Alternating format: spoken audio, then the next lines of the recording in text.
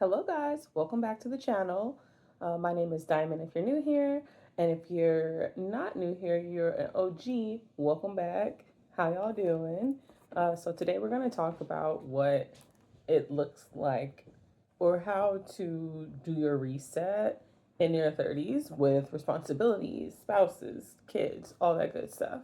I keep seeing a ton of things about locking in, quote unquote, for the end of quarter 3 and quarter 4. But when you're a little bit older and a little bit more mature, it looks different, right? You don't just have yourself to think about. You have a whole bunch of considerations that are put in place. So here we go. So for me, what my locking in looks like for quarter 4 is it starts with prioritization. That's number one, is prioritization. Okay, you have to think about what your goals are, what your intentions are, what's your purpose for locking in. Like, do you feel like you've been lacking in motivation for your fitness journey, your wellness journey? Do you feel like you've been lacking in motivation for or discipline rather for completing personal life admin stuff or personal branding things? Do you feel like your career could use a little bit of a restart, so that you go into the new year feeling very confident in your career? Make sure that you know what your priorities are. For myself, my family's always number one priority. Always, always, always, always. And I also do believe that that starts also with my faith in God. So for me, I've really been intentional about completing my devotional every day. That's my dog, Lady. I've been really intentional about trying to make sure that I carve out that time and focusing on my devotional and reading the word. I don't necessarily go to church, but I do, in fact, Lady, you want to go out? So yes, I make sure I squeeze that into my day, and I even put it in my planner actually, which is a great segue. So the second part of locking in for your reset in your 30s with responsibilities and all the things happening, you need to make sure that you have a proper planning and organization system. I have been incredibly intentional with that. It began when I was pregnant with my son. A couple years ago, or almost 2 years ago. The reason why I started that was because I was realizing that I needed to be more discerning in how I manage my time, as well as how I prioritize different things that need to get taken care of, especially ahead of having a child. And it's something that I've been able to keep up with and continue now that I am a mommy, in fact, and we're raising a young little family. So the first step for me that I like to do in terms of planning and organization, I have my like everything notebook. I write all kinds of stuff in this notebook. Lately, here for the past several months, one of my favorite things to do is to brain dump. When I realize I'm becoming overstimulated, or I realize there's a lot of stuff on my mind and I can't seem to focus on one task at hand, that's when I come in here and I do a little brain dumpy dump. It's literally where you just write out all the things in your head, what you need to do, what needs to get taken care of, who needs to be called, what needs to be bought, purchased, or a task that needs, just any task that needs to get completed. So I write that down, and I might put some of these in my planner. I might not. They might just be extraneous tasks that throughout my week, as I, remember or tackle these tasks, I just cross it off, and it helps me feel so accomplished. Honestly, this is a recent one, and honestly, I have like half of these are done. A couple of these just need to be marked off on this list. And I've been liking to date them most recently as well, just so I can keep track of things that, the next time I do a brain dump, maybe I forgot to get to something, and that means that I need to quit putting it off. My other lifeline is making sure that I have my personal planner, okay? This is a 2025 planner from the Every Girl collaboration. What I liked about this one was that it specifically ties into one of my focuses for this year. I have two, which are discipline and wellness. I also wanted something that had cool layout, nice to dos, but also something that could help me keep track of my self care and self wellness journey. That wasn't just somewhere where I write down things in my agenda that I need to do or appointments.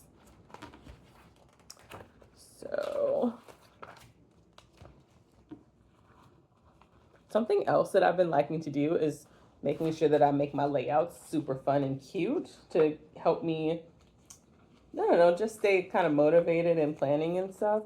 So this was my February. I just have random appointments and things and some fun bright colors to make it more appealing, this planning process. Another thing that I really, really enjoyed was that at the end of each month, there's like a monthly review section. So you can really keep track of stuff. They have a section for like personal wins, what I learned, important goals met, ways I took care of myself, what I need help with, new things I tried, where I get stuck, and things I'm grateful for. This is super important. And you don't need a specific journal to do this. You can literally just pick a notebook and take care of it that way and use those different headers to help you really lean into the gratitude, um, and also to show yourself what you're capable of and not get too caught up in the, oh my gosh, I didn't do this task. Because that's really, honestly, it's negative thinking. It's also not useful thinking. So yeah, in terms of my personal brand and content, I got one of these little monthly calendar books. The reason being was I was super interested in the concept of the 12-week year, which I did read that book this year. And it was incredibly helpful in just shifting the way that you think about how much time we have to accomplish things in a day, week, month, year. However, I've seen people on like social media with these crazy humongous boards. They probably spent like $40-$50 worth of materials. This book cost me $9, and it's the same thing. You just go in, you can just write your stuff out or use post-its. Recently here, I found that it's just much more easy for me to just go in and write stuff and color code each day. That's super helpful. So I have my content planned out for the month. I also have a couple important days in here, like my husband's birthday and my son's birthday. So I know there's probably not going to be a lot of stuff happening around that time. So this keeps me on track, and then I can always go in and white out and shift things around if I need to. On the side as well, I can also go ahead and put some notes or other tasks that I need to do in terms of like my personal brand and business as well. So I would definitely recommend this for everyone. And because it's in this like slim, flat layout, there's actually 2 years worth of monthly calendars in here for 2025 and 2026. So I know everyone, if you watch YouTube and you watch a lot of productivity vloggers and lifestyle, a lot of people talk about this notion, okay? I've hemmed and hawed about it. I've heard about it for years now. I just never really was that interested. But I actually was following one productivity vlogger, and she actually had a template. So I said, you know what? Let me just download her free template. Let's see what it's hitting for. And I'm kind of obsessed. It's like, honestly, it reminds me of a cross between a digital planner and like a Pinterest board kind of vibe, or vision board, where you can just lay your entire life out. I'm very obsessed with it. And one way that I keep track in Notion is that I do utilize a desktop version, but I also keep the app on my iPad because this I usually have more readily available or right on my hands. So I have it in. Oh, I don't like this. I need to change my view.